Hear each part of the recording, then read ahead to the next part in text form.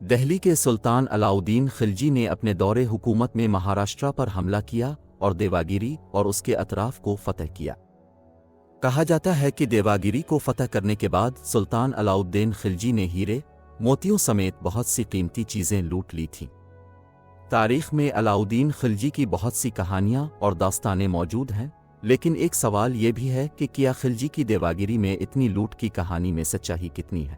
ایک غیر معروف قلعہ جس نے مہاراشٹر کے بدلتے ہوئے چہرے کو دیکھا ہے وہ دیواگیری دولت آباد کا قلعہ ہے۔ اس قلعے پر کئی خاندانوں نے حکومت کی اور محمد بن تغلق نے دیواگیری کو اپنا دارالحکومت تک بنایا۔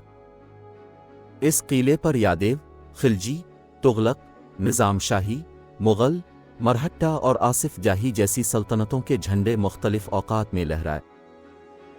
دیواگیری قلعے کے چاروں طرف خندقیں ہیں جسے نظام شاہی کے وزیر عمیر نے بنایا تھا، اور دولت آباد شہر اس قلعے کے اندر واقع ہے۔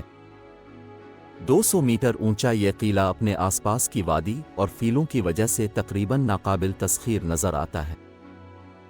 تاہم اس قلعے کی ایک وجہ شہرت علاؤدین خلجی کا حملہ بھی ہے۔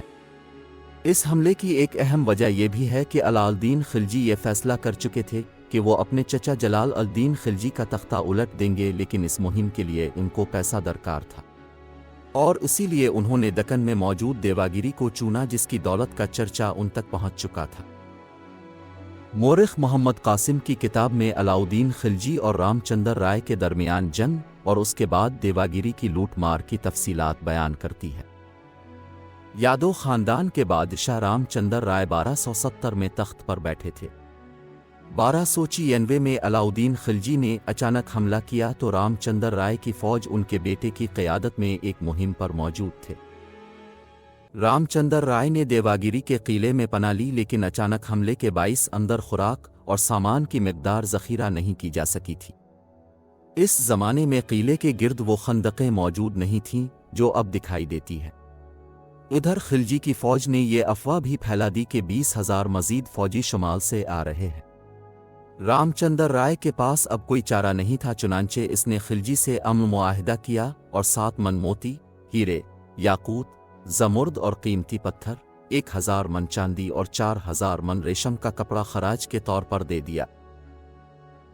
اس زمانے کے نامور مورخ امیر خسرو نے خلجی کے دور میں بہت کچھ لکھا۔ ان کے بعد عبد المالک اسامی نے بھی دیواگیری پر حملے کے بارے میں تفصیل سے لکھا، لیکن ان دونوں کی تحریروں میں مذکورہ بالا خراج کا کوئی ذکر نہیں ہے۔ اس لیے بہت سے مورخین اس تاریخ پر سوال اٹھاتے ہیں۔ محمد قاسم کی کتاب میں بیان کردہ تفصیلات تو 17ویں صدی میں لکھی گئی تھیں، لہذا 13ویں صدی کے واقعات کے بارے میں اس کا کتنا حصہ تاریخی ہے اور کتنا افسانہ ہے، یہ اہم سوال ہے۔ مورخ ڈاکٹر برامانند دیش پانڈے نے اپنی کتاب میں خلجی کو ملنے والی دولت کے بارے میں شکوک کا اظہار کیا ہے۔ ان کا خیال ہے کہ خلجی اس خطے میں ضرور آئے ہوں گے لیکن دیواگیری تک نہیں پہنچ سکے۔ دیواگیری کے بارے میں پڑھتے ہوئے ایک اندھیری سرنگ کا خاص ذکر ملتا ہے۔ مرکزی قلعے کے دروازے کی طرف جانے والے راستے میں ناہموار اونچائی کے سیڑھیاں ہیں، لیکن ان کی اونچائی اور شکل یکساں نہیں ہے۔ اس کا مطلب یہ ہے کہ جو شخص یہاں زبردستی داخل ہوگا وہ ضرور گرے گا۔ اس اندھیری راگزر میں محافظوں کے لیے کئی چوکیاں تھیں۔ اندھیری سرنگ کے بیچ میں پتھر کی دیوار میں ایک خلا تھا۔ دفاع کا ایک منصوبہ یہ تھا کہ جلتے ہوئے کوئلے کو لوہے کے پنجرے میں رکھا جائے اور اس کا دھواں اندھیرے میں پھیل جائے۔ اس دھوئیں سے نکلنا تقریباً ناممکن تھا۔ یونانی مورخ پولیبس نے لکھا ہے کہ اسی طرح کا منصوبہ 189 قبل مسیح میں رومی فوج نے امبریشیا پر قبضے کے وقت تیار کیا تھا۔ سڈنی ٹوئی نے ہندوستانی قلعوں کے بارے میں اپنی کتاب اسٹرانگ ہولڈز آف انڈیا میں کہا ہے کہ اس سرنگ سے گزرنے کے 3 راستے تھے۔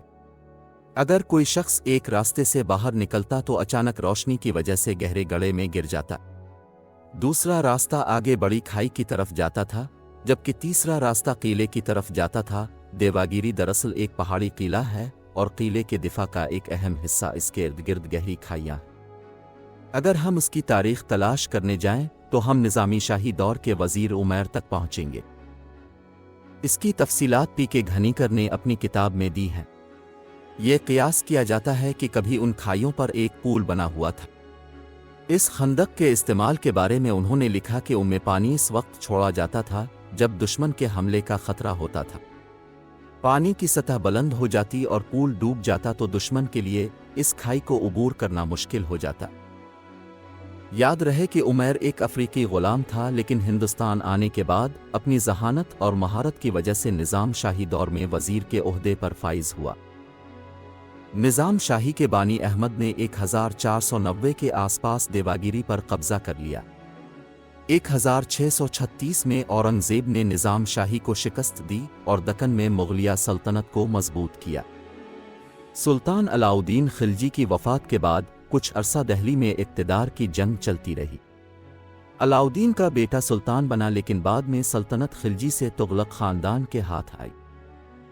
محمد بن تغلق نے اپنا دارالحکومت دہلی سے دیواگیری منتقل کرنے کا فیصلہ کیا اور دیواگیری کا نام بدل کر دولت آباد رکھ دیا۔ تغلق نے 1327 میں دارالحکومت کو دہلی سے دولت آباد منتقل کرنے کا حکم دیا۔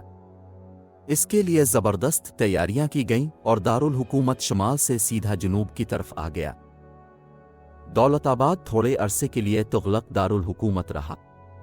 تغلق نے 1334 میں دارالحکومت کو واپس دہلی منتقل کرنے کا فیصلہ کیا اور طاقت کا مرکز دوبارہ شمال کی طرف منتقل ہو گیا، لیکن دولت آباد اس مختصر عرصے میں جغرافیائی سیاسی اہمیت میں بڑھ گیا۔ دیواگیری اور دولت آباد کے قلعے دکن میں طاقت کے دو اہم مراکز کے طور پر پہچانے جانے لگے۔ دارالحکومت کو منتقل کرتے ہوئے تغلق نے دولت آباد اور اس کے گردونواں کو تعمیر کیا۔ تغلق دور کی تعمیرات جیسے بازار، مساجد، کنویں اور سرائے کے آثار آج بھی دیکھے جا سکتے ہیں۔ اس قلعے پر ایک مسجد کی تاریخ بہت دلچسپ ہے۔ دیواگیری پر قبضہ کرنے کے بعد علاؤالدین کے بیٹے قطب الدین نے قلعے پر ایک مسجد تعمیر کی اور اس کا نام جامع مسجد رکھا۔ ہندوستان کی آزادی کے بعد بھی نظام حیدرآباد نے خطے پر اپنی گرفت نہیں چھوڑی۔ انڈین فوج نے حیدرآباد کو آزاد کرانے کے لیے آپریشن پولو شروع کیا اور نظام کی حکمرانی کا خاتمہ کیا۔ پھر اس قلعے کی مسجد میں ایک مورتی نصب کی گئی اور اسے بھارت ماتا مندر میں تبدیل کر دیا گیا۔ یہ قلعہ تاریخ کا ایک ایسا گواہ ہے جو اب بھی اپنے تعمیر کی وجہ سے لوگوں کو اپنی طرف متوجہ کرتا ہے۔